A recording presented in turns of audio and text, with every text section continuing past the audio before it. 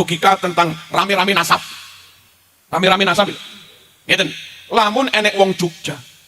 Omahe radoh teko kraton Jogja. Duwe omah lawas umure 100 tahun duwe. Yo duwe pusaka keris umure enek 150 tahun. Wonge yo alus wong pancen Jogja.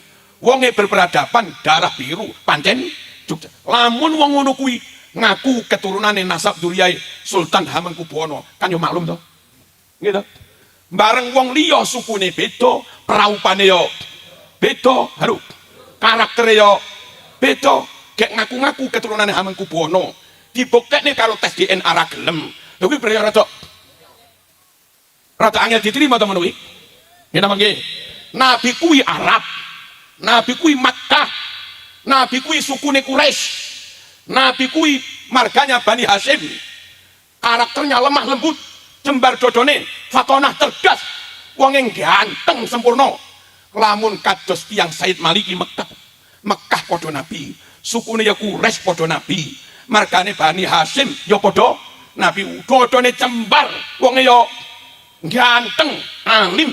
Ngono kuwi lho, lamun ngaku keturunan Nabi, nrimoi gampang lho. Halo. Bareng wong sukune beda, negarane ya beda, margane ya beda, raine iki ra masuk blas. Halo. Praupane ya beda, karaktere ya beda. Nabi jembar ra ngamukan gedheke. Ngamun takbir. Lah Nabi ganteng, Said Maliki ganteng gedheke ya.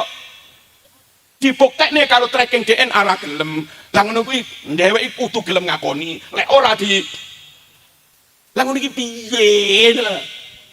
Nanti lagi kula rasah nyebut lho ya. Tapi paham to? Nah, ngeten mawon pun. Assalamualaikum warahmatullahi wabarakatuh. Bismillahirrahmanirrahim.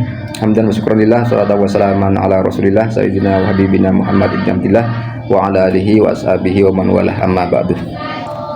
Adalah sebuah logical fallacy ketika perilaku berbeda menjadi indikator terputusnya keturunan atau nasab. Pernyataan seperti di video barusan itu menggunakan logika dalam meruntuhkan ketersambungan keturunan atau nasab, bukan menggunakan kaedah yang ada dalam ilmu nasab untuk menentukan nasab. Jadi intinya begini. Dalam spekulasi di video itu, diversitas sikap atau attitude itu menjadi salah satu indikator terputusnya hubungan darah, terputusnya hubungan nasab. Sayangnya, logika ini disampaikan di depan publik dan dalam acara keagamaan yang seharusnya berisi orasi yang mencerahkan dan menyatukan umat, bukan malah melakukan demagogi atau penghasutan terhadap banyak orang dengan kata-kata dusta untuk membangkitkan emosi umat.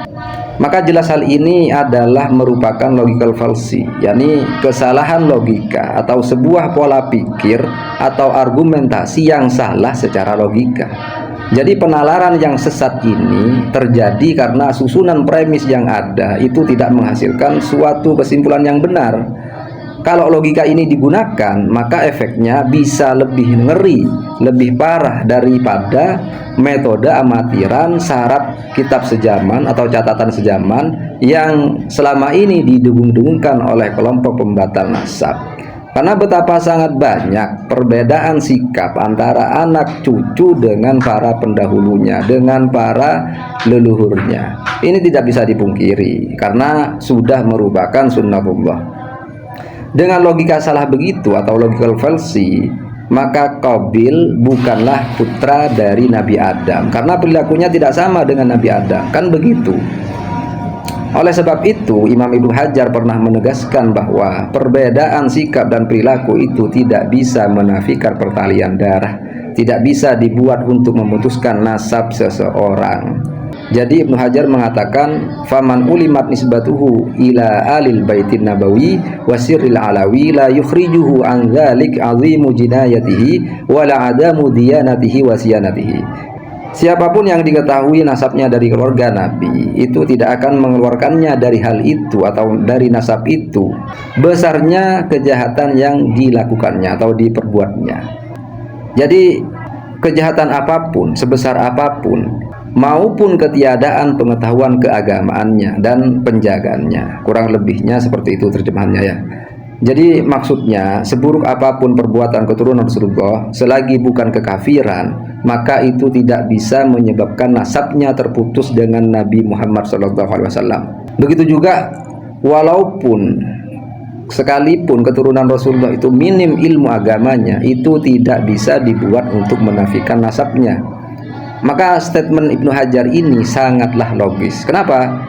Karena seorang anak bisa saja sikap, perilaku dan kualitasnya itu melebihi atau di atasnya bapaknya, di atas bapaknya, atau sama dengan bapaknya, atau malah lebih rendah daripada bapak dan para pendahulunya, dan semua itu sama sekali tidak menafikan hubungan darah atau nasabnya dengan para kakek-kakeknya atau leluhurnya itu. Inilah logika yang waras, ya. Dan berkaitan dengan hal ini, Syekh Ahmad bin Sahal menyatakan, ar-rijalu salasatun, sabiqun walahikun wa mahikun. Fasabiqu alladzi sabaqa bi fadlihi, wallahiku alladzi lahiqa bi abihi fi syarafihi, wal mahiku alladzi mahaqa syarafa abaihi. Yang artinya manusia itu ada 3 macam. Pertama, unggul dengan sebab keutamannya. Yang kedua, sama dengan pendahulunya, artinya setara, sama saja. Yang ketiga, merusak keilmuan pendahulunya. Jadi intinya, perilaku itu tidak bisa dibuat alasan untuk mempertanyakan nasab siapapun, apalagi sampai membatalkannya. Dan perilaku itu tidak ada kaitannya dengan tersambung tidaknya nasab siapapun. Maka kembalikan saja urusan nasab itu pada ilmunya, yaitu ilmu nasab yang sudah berlaku, dan serahkanlah pada ahlinya.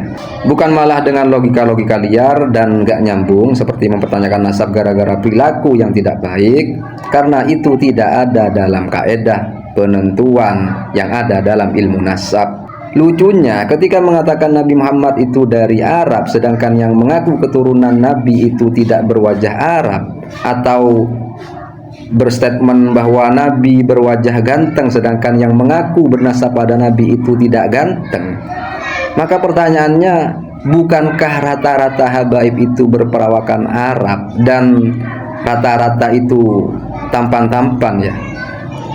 Lalu yang dikenal sebagai keturunan para wali, bahkan ada yang mengaku-ngaku sebagai keturunan wali ini dan wali itu, yang mana para wali tersebut memiliki silsilah keturunan kepada Rasulullah, itu jarang yang berwajah Arab, atau rata-rata tidak berwajah Arab, dan banyak yang tidak tampan. Akhlaknya pun juga tidak sedikit yang tidak mencerminkan akhlak Rasulullah. Ini kan jadi blunder ya, karena ya tadi itu mempertanyakan nasab gara-gara wajahnya tidak Arab misalnya, karena leluhurnya Arab, atau wajahnya tidak Indonesia karena leluhurnya orang Indonesia, dan lain-lain, termasuk perilaku, karena perilakunya itu buruk sedangkan orang tuanya atau kakek-kakeknya itu dikenal baik, juga dipertanyakan nasabnya. Kan tidak seperti itu, biar tidak blunder saja. Kemudian, berapa persen kalangan habaib yang perilakunya itu katakanlah buruk dibanding yang perilakunya baik-baik, kalau berlogika bahwa keturunan Rasulullah itu mesti orangnya baik-baik semua? Tetapi menjadi pertanyaan lagi, habaib yang baik-baik yang jumlahnya sangat banyak itu kok juga ikut dibatalkan nasabnya? Kenapa tidak yang mereka anggap sebagai tidak mencerminkan akhlaknya Rasulullah, kata-katanya kasar, kata-katanya sering merendahkan, kok tidak oknum-oknum itu saja yang dipertanyakan nasabnya? Kenapa memukul rata semua individu yang ada di klan Ba'alawi? Jadi mari kita itu berlogikalah dengan logika yang benar, jangan mengada-ngada, apalagi berlogika yang akhirnya keluar dari prosedur ilmu yang sudah berlaku. Semoga ini bermanfaat. Ihdinas siratal mustaqim. Kalau ada salah saya mohon maaf. Hadanallahu wa iyyakum, al-afwu minkum. Assalamualaikum warahmatullahi wabarakatuh.